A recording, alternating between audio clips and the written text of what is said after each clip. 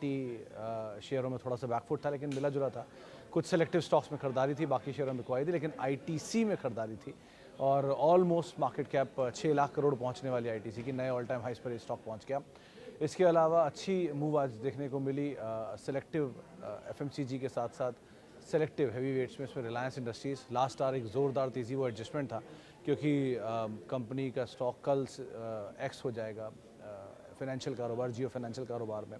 तो आज आखिरी दिन था जबकि इसमें जियो फाइनेंशियल कारोबार के लिए आप एलिजिबिलिटी थी आपकी ख़रीदारी करने के लिए, और आज ही सारे कॉन्ट्रैक्ट भी एक्सपायर हो रहे थे लास्ट आवर में, तो उसका एक रिएक्शन आखिरी मिनट में देखने को मिला।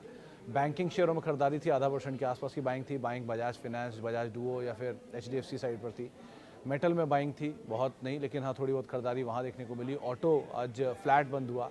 पीएसयू, बैंकिंग, एनर्जी, मीडिया, ये कुछ नाम थे जहाँ पे खरीदारी थी। स्मॉल कैप स्पेस में खरीदारी थी, फार्मा स्पेस में खरीदारी थी। मोर लेस आप मान सकते हैं कि मार्केट में थोड़ी ब्रॉडर बेस बाइंग थी आज, क्योंकि आज दिन भर स्मॉल कैप मिड कैप तो हरे निशान में ही कामकाज करता हुआ दिखाई पड़ा। एक बार को मिड कैप लाल निशान में गया था, स्मॉल कैप तो इनफैक्ट हरे में ही था, लेकिन फ्रंट लाइन इंडेक्स बीच में हरे लाल निशान में गया। लेकिन लोअर लेवल से अच्छा पुल बैक भी इंडिसेस के अंदर देखने को मिला। और अब अवेटेड है बड़े नंबर्स, क्योंकि कल इन्फोसिस के नंबर्स हैं, कल कोफोर्स के नंबर हैं, कल एचयूएल के नंबर है, साथ साथ कल आपको नंबर्स दिखाई पड़ेंगे यूनाइटेड स्पिरिट्स के, हेवल्स के। अच्छा, वो पोली कैप के अच्छे नंबर थे, तो पोली कैप के नंबर्स के बाद ज़ोरदार तेज़ी थी, तो पोली कैप का रिपल इफेक्ट आपको दिखाई पड़ेगा, हेवल्स में रिपल इफेक्ट दिखाई पड़ेगा, केईआई इंडस्ट्री में, क्योंकि सेम से कारोबार है। बेलवेदर अच्छा कर रहा है, पहली कंपनी अच्छा कर रही है, तो बाकी कंपनियां भी उसका रिएक्शन दिखाएंगे, तो उसमें एक अच्छी खरीदारी आज के सत्र में बनते हुए दिखाई पड़ी। तो अप मूव था वहाँ पर। बाकी न्यूज़ फ्लोज के दम पे या ट्रिगर्स के दम पे कामकाज हो रहा था। तो इंडसइंड बैंक नंबर्स ठीक आए तो उसका रिएक्शन था। एल&टी टेक नंबर्स ठीक आए, नंबर्स ऑन अ फेस अनुमान के आसपास ही आते हुए दिखाई पड़े, लेकिन फिर ब्रोकरेज हाउसेस का अपग्रेड और बाकी रिएक्शन वहाँ पर देखने को मिला। Like wise Tata communication number से पहले आज चलता हुआ दिखाई पड़ा, वहाँ पर थोड़ी बहुत खरीदारी थी एंड अकॉर्डिंगली कामकाज होता हुआ दिखाई पड़ा। तो न्यूज़ फ्लोज, ट्रिगर्स, इवेंट्स, इनके दम पे खरीदारी है और हैवी वेट में बाइंग चल रही है। और जानकारी मान रहे हैं कि बाज़ार में एटलीस्ट ब्रॉडर बेस बाइंग है। नीचे 19,600 का एक स्टॉप लॉस लेकर, 19,550-600 का स्टॉप लॉस लेकर आप लॉन्ग रहेंगे, और 20,000 के टारगेट्स आप 19,950, 20,000 के टारगेट्स आप इंडिसेस में आते हुए देख सकते हैं। निफ्टी बैंक के केस में भी 45,000 को एक स्टॉप के तौर पे मानेंगे आप, और 46,000 तक के टारगेट, 46,500 तक के टारगेट्स वहाँ पर भी आते हुए दिखाई पड़ सकते हैं। ये जानकार मानना है। चलिए अब सवाल जवाब का सिलसिला शुरू करते हैं और बातचीत करते हैं कुछ सवालों पर। अरुज प्रकाश जी का सवाल है, EMIL की 85 खरीद है एंड ट्रेडिंग एट 100 नाउ। आज तो सर्किट भी लगा था अरुज जी इसमें, क्योंकि ये एक ब्रोकरेज हाउस के 2 अपग्रेड आए थे इसमें। एक आनंद राठी की तरफ से कल अपग्रेड आया था और इनिशिएट कवरेज था 156 रुपये के टारगेट। इनिशिएट कवरेज होता है जबकि वो अपना कवरेज स्टार्ट करते हैं, तो इनिशिएट कवरेज था 156 रुपये के टारगेट्स के लिए, और आज 104 का हाई इसने बनाया। देखिए 104 की क्रूशल है, क्योंकि अगर मैं क्लोजिंग नहीं मुझे पता कहाँ हुई है, लेकिन 100 रुपये के ऊपर अगर क्लोजिंग हुई है एडजस्टमेंट के बाद तो अच्छी क्लोजिंग है, क्योंकि पहले ये 103 रुपये का इसका हाई था, ऑल टाइम हाई, जो उसने आज ब्रीच किया, और 103 रुपये इसके इशू प्राइस के दिन, यानी IPO जब आया था उसके अगले दिन ही एक नया हाई बनाया था। तो उसके बाद से फिर प्रेशर में ही रहा है स्टॉक, नीचे इनफैक्ट 58 में देखा इसने, और वहाँ से पुल बैक के बाद इसमें तेज़ी आई है। तो ब्रोकरेज हाउस तो पॉजिटिव है, अच्छी ग्रोथ की बातचीत कर रहे हैं, नए एक्सपेंशन की बातचीत कर रहे हैं, मार्जिन एक्सपेंशन की बातचीत कर रहे हैं। जो पुराना केपेक्स की कंपनी ने किया है गाज़ियाबाद में और नई यूनिट लगाने में, उसका इम्पैक्ट आने की बातचीत कर रहे हैं। तो सो फार तो पॉजिटिव ही है, आप होल्ड करो, लेकिन 104 रीच होने के बाद आपका स्टॉप लॉस कहीं आप 103, 104 ही रखना, या मतलब 100, 101 की रेंज में ही स्टॉप लॉस रखना, और धीरे धीरे उसे ट्रेल करते रहना। जैसे जैसे आपका स्टॉप लॉस आगे ट्रेल होता रहे वैसे बेटर है, और जहाँ प्रॉफिट बुक हो जाए वहाँ पर आप अकॉर्डिंगली निकल सकते हो। लेकिन सो फार जो ब्रोकरेज हाउस है 145, 140 के टारगेट्स के लिए, 156 के टारगेट्स के लिए यहाँ पर बाय साइड पे रिपोर्ट दे रहे हैं। What could be the possible scenario for Reliance tomorrow? No idea Malik साहब, नो आइडिया। आप ऐसे समझो कि ये 20 साल बाद रिलायंस के अंदर कोई डीमर्जर होने जा रहा है। इससे पहले जब दोनों ग्रुपों में बंटवारा हुआ था तब ऐसा एक स्पेशल सेशन हुआ था, उसके बाद अब होने जा रहा है। तो इस तरह के सेशन में प्राइस डिस्कवरी क्या होगी कल देखना होगा पहले 1 घंटे में। 2-3 चीज़ें जो हमारे पास जानकारी के तौर पर हैं वो आपको मैं बता देता हूँ कि रिलायंस इंडस्ट्रीज़ के शेयर के बदले में रिलायंस इंडस्ट्रीज़ जियो फाइनेंशियल का एक शेयर है, तो 667 करोड़ शेयर रिलायंस इंडस्ट्रीज़ के, 667 करोड़ शेयर आपको मिल जाएंगे जियो फाइनेंशियल के मार्केट में। उसके अलावा जो ब्रोकरेज हाउसेस के व्यूज़ हैं वो 150, 170, 190 रुपए के हैं। अब वो प्राइस रहेगा कि नहीं नहीं पता, लेकिन वो प्राइस रहेगा, मतलब उस प्राइस पे लिस्टिंग होने की बातचीत की गई है। अभी ऑलरेडी रिलायंस इंडस्ट्रीज आज अपना नया ऑल टाइम हाई हिट कर गया है 2856, 15 पैसे से चूक गया, लेकिन ठीक है 2856 रुपये क्लोजिंग हाई पे, ऑल टाइम हाई इसका क्लोजिंग है आज। तो रिकॉर्ड लेवल पर रिलायंस ऑलरेडी पहुंच गया और रिकॉर्ड लेवल पर रिलायंस है, और इस तरह की अब प्राइस डिस्कवरी हो रही है तो थोड़ा समझ के पर ही है। लेट्स सी पहले 1 घंटे में क्या, 2 घंटे में क्या डिस्कवरी आती है, और अकॉर्डिंगली वील कॉल लेंगे। लेकिन हैविंग सेड दैट, ये आप ध्यान रखना कि रिलायंस इंडस्ट्रीज़ ने इन्वेस्टर्स को तो लॉस कभी नहीं होने दिया। इन्वेस्टर्स को, ट्रेडर्स की बात नहीं कर रहा हूँ मैं, इन्वेस्टर्स को, कि उसने पिछले IPO से लेके अब तक 32% की CAGR से ग्रोथ दिखाई है, और पिछले 20 साल या 15 साल में 20% की CAGR से ग्रोथ दिखाई है। तो इस तरह की ग्रोथ देने वाली कंपनी है, तो इन्वेस्टर के लिए तो डिलाइट ही है, और ट्रेडर्स को हमेशा हॉन्ट करता है। तो आप अकॉर्डिंगली कॉल ले लो, आप जो भी हो उसमें। Okay, hi Sumit. Market is not giving chance to all to invest, and sector which is currently down like chemical and IT in the sector, I'm scared to invest. If market will go down, it can impact these sectors as well, because currently market is at all time high. So what is your view on this? Singh साहब एक बात बताओ, जब बाजार अपने all time लो पर था या रिसेंट लो पर था, तब आपको लग रहा था बाजार नीचे तो नहीं आएगा। अब बाजार अपने ऊपर है, अब आपको लग रहा है बाजार नीचे तो नहीं आएगा। बाजार तो हमेशा नीचे आएगा, चाहे वो नया हाई हो चाहे वो नया लो, तो पॉसिबिलिटी तो हमेशा ही रहेगी नीचे आने की। अब पहला परेशानी तो हमेशा रहेगा, 1, इसीलिए कहते हैं कि SIP में पैसा डालो। SIP मतलब होता है कि सिस्टमैटिक वे में पैसा डालते रहो, 2-2 शेयर 5-5 शेयर आप TCS के आज भी खरीदते रहो, क्या ही जा रहा है। आपने अगर मान लो 3000 रुपये TCS लिया है, तो 2 शेयर, मान लो आपका मेजर बायर एग्जाम्पल है TCS, कोई ऐसा नहीं मेरा फेवरेट शेयर है, पहले बता दूँ। चलिए एग्जाम्पल चेंज कर देता हूँ अपना, से आपने अल्ट्राटेक के शेयर लिए हुए हैं, तो 6000 की रेंज में अल्ट्राटेक खड़ा था। अगर आपका मेजर चंक उसी रेंज में कहीं आया हुआ है और 8000 अब अल्ट्राटेक पहुँच गया है, तो अगर आप कुछ शेयर ले भी लेंगे तो आपका एवरेज नीचे ही रहेगा ना, 1, क्योंकि आपका SIP मेजर उसी साइड का है। कल को अल्ट्राटेक 14000 हो जाता है, मान लेते हैं, तो भी आपका एवरेज अल्ट्राटेक का 8-9 हज़ार की रेंज में रहेगा। फिर आप ऊपर के लेवल पे अगर जाके भी ले लोगे तो भी क्या ही फ़र्क पड़ जाएगा, because you are accumulating in an SIP way. तो वो हमेशा एक एडवाइसेबल वे होता है उनके लिए जो बाज़ार को टाइम नहीं करना चाहते हैं। जो टाइम करना चाहते हैं वैसे भी इन्वेस्टर नहीं होते, ट्रेडर होते हैं, उन्हें कोई फ़र्क नहीं पड़ता कि वो रिलायंस है या वो TCS है या वो HDFC बैंक है। उनका 200 EMI आया, उन्होंने बाय किया, उसको ब्रेक किया, शॉर्ट किया, सो उनकी कहानी अलग है। लेकिन आप इन्वेस्टर हो तो आप लॉन्गर होराइजन ऑफ टाइम के लिए बैठे हो, आप प्रॉफिटेबिलिटी देखकर पैसा डालते हो। आपको कोई लेना देना नहीं है कि वो 1 महीने का हो, 2 महीने का हो, 1 साल का हो, क्योंकि आपको प्रॉफिटेबिलिटी ग्रो होते हुए दिखाई पड़ रही है। क्या पॉली कैब 300 रुपये से 1500 रुपये महंगा नहीं था? महंगा था, बहुत महंगा था। 2000 पे और महंगा हो गया, 2500 पे और महंगा है, 4000 पे और ज़्यादा महंगा है। महंगा तो हो ही जा रहा है, लेकिन उसकी अर्निंग उसे बार बार सपोर्ट कर रही है, इसलिए उसका महंगे पे भी लोग लेने को तैयार है। डिस्पाइट पॉली कैब 100% चल चुका है, एंड हेवेल्स मुश्किल तो 30% चला है इस ड्यूरेशन में, जिस ड्यूरेशन में पॉली कैब 100% चला है। लेकिन फिर भी हेवेल्स 77 के मल्टीपल पर है और पॉली कैब 40 के मल्टीपल पर है, क्योंकि उसकी अर्निंग उससे सपोर्ट कर जाती है हर बारी। आप 100 रुपये की कमाने वाली कंपनी का शेयर अगर 1000 रुपये पे काम करता है तो 10 के मल्टीपल पर है, 10 टाइम ऊपर अपने प्रॉफिट्स, अपनी EPS से। लेकिन वही स्टॉक अगर 2000 हो जाता है तो दुगना हो गया, लेकिन साथ साथ उसकी अर्निंग भी अगर 100 रुपये से 200 रुपये हो गए तो भी तो वहीं 10 के मल्टीपल पर है, तो अर्निंग तो वहीं सपोर्ट आ गया ना उसको अर्निंग का। तो चाहे वो स्टॉक भाग रहा है लेकिन उसकी अर्निंग भी साथ साथ भाग रही है, तो उसको कोई दिक्कत नहीं हो रही है। इसीलिए इस तरह की कंपनियों को पब्लिक बैट कर रही है, इसीलिए इतनी स्ट्रॉन्ग नंबर के बावजूद, अपने ऑल टाइम हाई पे होने के बावजूद भी पॉली कैब 2 दिन में 8% चल गया, तो क्योंकि अर्निंग इतनी बढ़िया सपोर्टिव थी। तो इस तरह की चीज़ों से आप ऐसे रीड करिए इसको। ये रीड करने की ज़रूरत नहीं कि मार्केट ऑल टाइम हाई पर है मैं लूँ कि ना लूँ, या मार्केट ऑल टाइम लो पर है मैं घबरा रहा हूँ।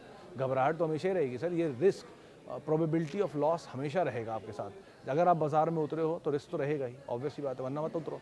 और अगर आप उतरे हो तो ये मत सोचो कि नीचे आ जाएगा, नीचे आएगा तो और ख़रीदूँगा, ऊपर जाएगा तो मैं थोड़ा होल्ड रुक के आऊँगा, अपनी बाइंग का इंटेंसिटी कम कर दूँगा। ऐसे आप सोच सकते हो क्वालिटी के साथ ऑब्वियसली, लेकिन नॉन क्वालिटी के साथ तो कोई भी दाम हो एंटर करना ही बेकार है। सो ये चीज़ों के आधार पे आप एंटर करो, ज़्यादा बेटर। और ये बात सही है कि हाँ, कुछ सेक्टर बहुत ज़्यादा एग्जॉर्बिटेंट भागे हुए हैं, तो उनको आप अवॉइड कर सकते हो, कुछ दिन के लिए भूल भी सकते हो। लेकिन इस समय लिक्विडिटी का इतना ज़्यादा फ्लो है, आप कुछ नहीं कर सकते। FI पैसा डाल रहे हैं, SIP का पैसा आ ही रहा है, तो आदमी करे तो क्या करे। तो महंगी चीज़ और महंगी ले रहा है इसीलिए। लेकिन अगर आपको लगता है कि नहीं बहुत ज़्यादा महंगा है तो रुक जाओ, थोड़ा नीचे आएगा तब ले लेना, कहाँ भागा जा रहा है। मतलब ऐसे कौन सी कंपनी जो नीचे नहीं मिलती है आपको? एशियन पेंट मिला ना अभी 2800 पर या 2900 पर, या इन्फोसिस मिला 1100 रुपये पर, या TCS मिला 2900-3000 की रेंज में, अल्ट्राटेक 6000, रिलायंस इवन 2300 मारा फिर रहा था। आज सबको रिलायंस चाहिए, उस दिन रिलायंस कोई लेने को तैयार नहीं था, तो सभी मिलते हैं ऐसे नीचे, तब ले लो, क्या जा रहा है। पहले भी मिले फिर मिल जाएंगे थोड़े दिन बाद। कोई भी ट्रिगर आएगा और उस समय वो ट्रिगर भयावह होगा, क्योंकि बाज़ार कभी भी अच्छी खबर के साथ नीचे नहीं लाता है शेयरों को। बुरी खबर और अच्छा प्राइस एक साथ आता है, तो फॉलो आपको करना उसको। CCL product for long term, अरे मैनेजमेंट कल आई थी सर हमारे पास, एक कैपेसिटी एक्सपेंशन की बात भी उन्होंने की थी बहुत सारी। रेलवे के जो पैकेजेस हैं, क्योंकि रेलवे में बड़े सप्लायर हैं, आप कभी बैठना रेलवे में तो जो कॉफ़ी पीते हो आप वो CCL प्रोडक्ट की कॉफ़ी होती है। लेकिन उनसे मैंने जब बात की कि आप प्री मिक्स कॉफ़ी में नहीं उतर रहे हो, तो उन्होंने बोला कि इस पर हम कामकाज कर रहे हैं रेलवे एक्सपेंशन को लेकर, और बड़े कियोस्क स्टेशन पे भी बातचीत हो रही है। तो एक्सपेंशन प्लान तो बहुत स्ट्रॉन्ग है इनका, कॉफ़ी प्राइस भी शूट अप करे हुए हैं। इंडिया में वैसे भी कॉफ़ी कल्चर बहुत ज़्यादा है, ये रिटेल आउटलेट में भी एक्सपैंड करने की सोच रहे हैं। तो 2 नंबर ठीक ठाक थे, मार्जिन मिस था, लेकिन ठीक है, लो वॉल्यूम स्टॉक है, फंस गए तो फंस गए वाली सिचुएशन होती है।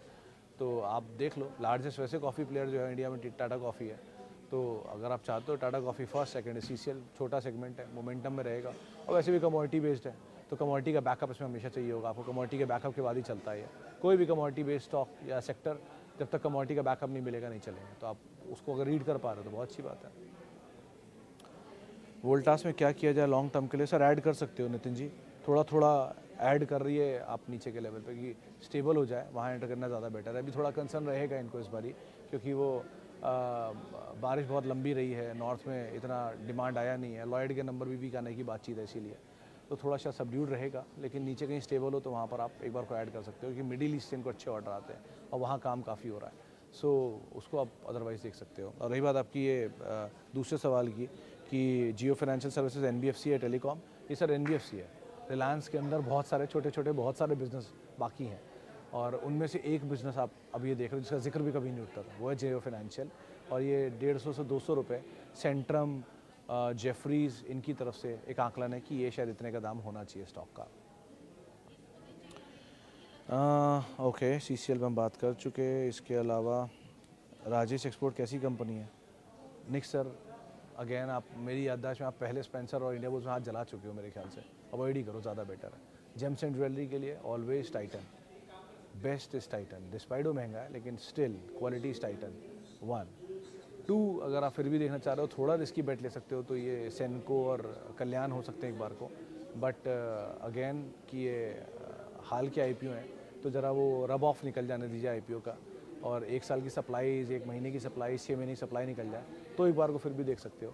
But again Titan is the best, क्योंकि बहुत सारी चीज़ें हैं उसके साथ ऐसी कहने लायक, जिसकी वजह से वो बेहतरीन बनता है। डिस्पाइट वो महंगा है और बहुत महंगा है, ऐसा नहीं महंगा नहीं, बहुत महंगा है, लेकिन अगेन हर बार उसका अर्निंग उसे सपोर्ट कर जाता है, तो थोड़ा थोड़ा नीचे मिलता रहे तो आप ऐड करो, ज़्यादा बेटर है। But it has already delivered quite a good number, quite a value return, और अभी भी इसमें कोई सेल ऑफ नहीं है दूर दूर तक। मतलब अगर क्वालिटी रिटर्न मैच्योर हो गया होता तो शायद टाइटन में तमिलनाडु गवर्नमेंट अपना स्टेक बेच गई होती, लेकिन अब तक वो नहीं बिका है। तो ये मान के चलो कि अभी तक मैच्योरिटी आई नहीं है उस तरह के रिटर्न की, तो शायद मूव आ सकता है इसमें अभी भी, और देख सकते हो। अगेन क्वालिटी एसेट है फ्रॉम हाउस ऑफ टाटा, तो आप देख सकते हो वैसे भी।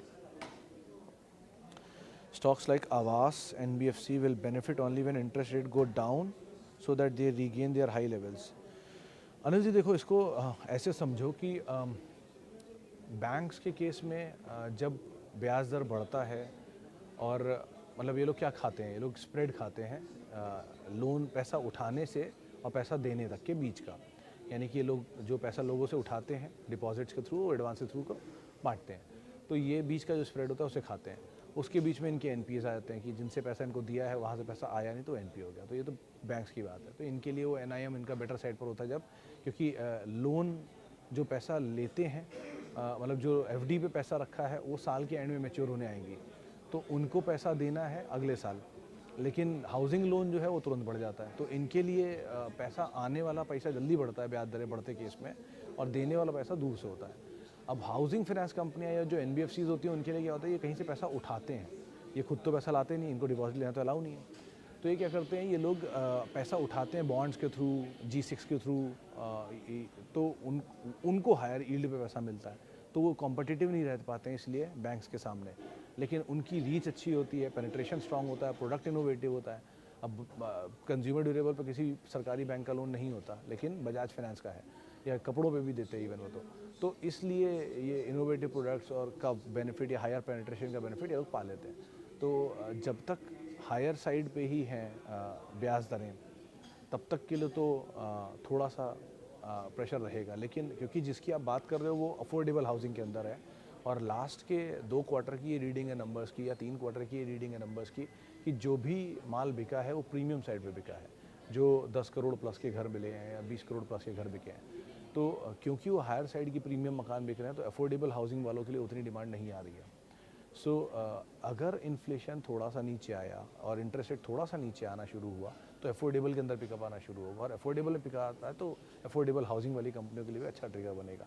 तो जो वो कंपनियां अफोर्डेबल में काम करती हैं जैसे कि लोअर एंड की लिकर कंपनियां या लोअर एंड की फुटवेयर कंपनियां, रिलैक्सो टाइप्स, जिनके नंबर बहुत ख़राब आए थे 2 क्वार्टर पहले, वो सब वापस पिक करना शुरू करेंगे। आज की से बात हो भी रही थी इसके ऊपर, ये किसी जानकार ने ये आइडिया दिया है कि ऐसी ऐसी चीज़ें हो सकती हैं, तो ये पॉसिबिलिटी पिकअप करेंगी गोइंग फॉरवर्ड जब इन्फ्लेशन थोड़ा नीचे आएगा, इंटरेस्ट रेट थोड़ा नीचे आएगा, तो उस हिसाब से इनको बेनिफिट मिल सकता है। तो आप उसको एक बार को रीड कर सकते हो।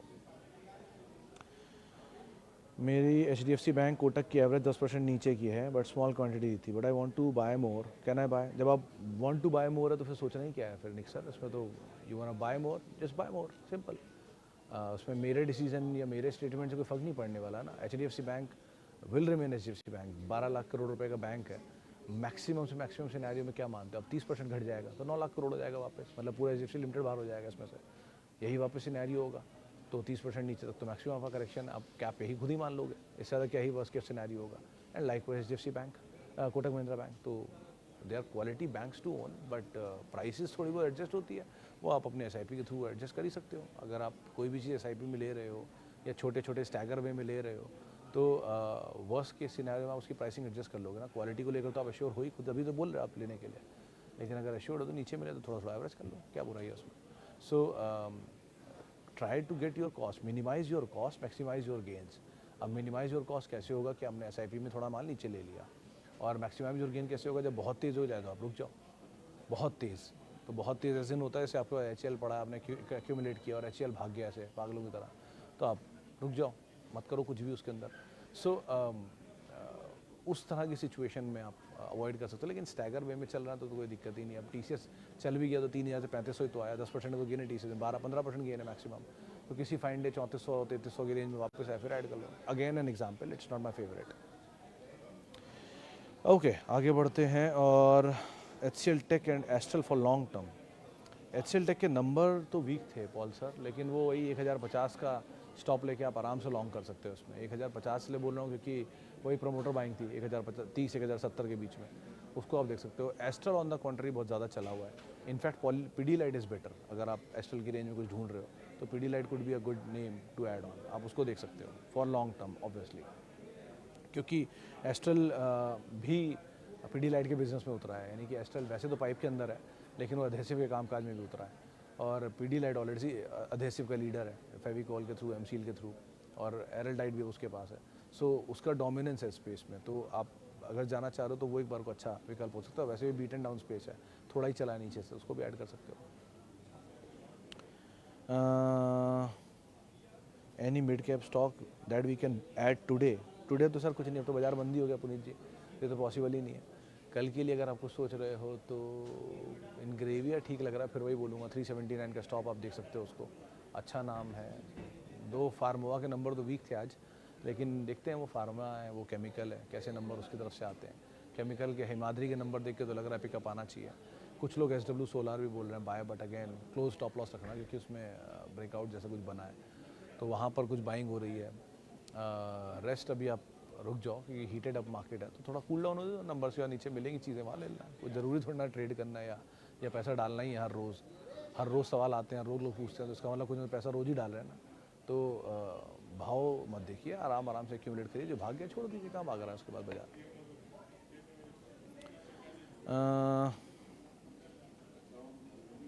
Campus Aarti industry Latent View. Campus and Aarti could be good to go. In fact Aarti को थोड़ा और स्टेबलाइज होने दो, ये क्वार्टर के नंबर अगर ख़राब आ जाए तो आरती पूरी तरह स्टेबलाइज हो जाना चाहिए, फिर उसके बाद तब आप एक बार को एंटर कर सकते हो।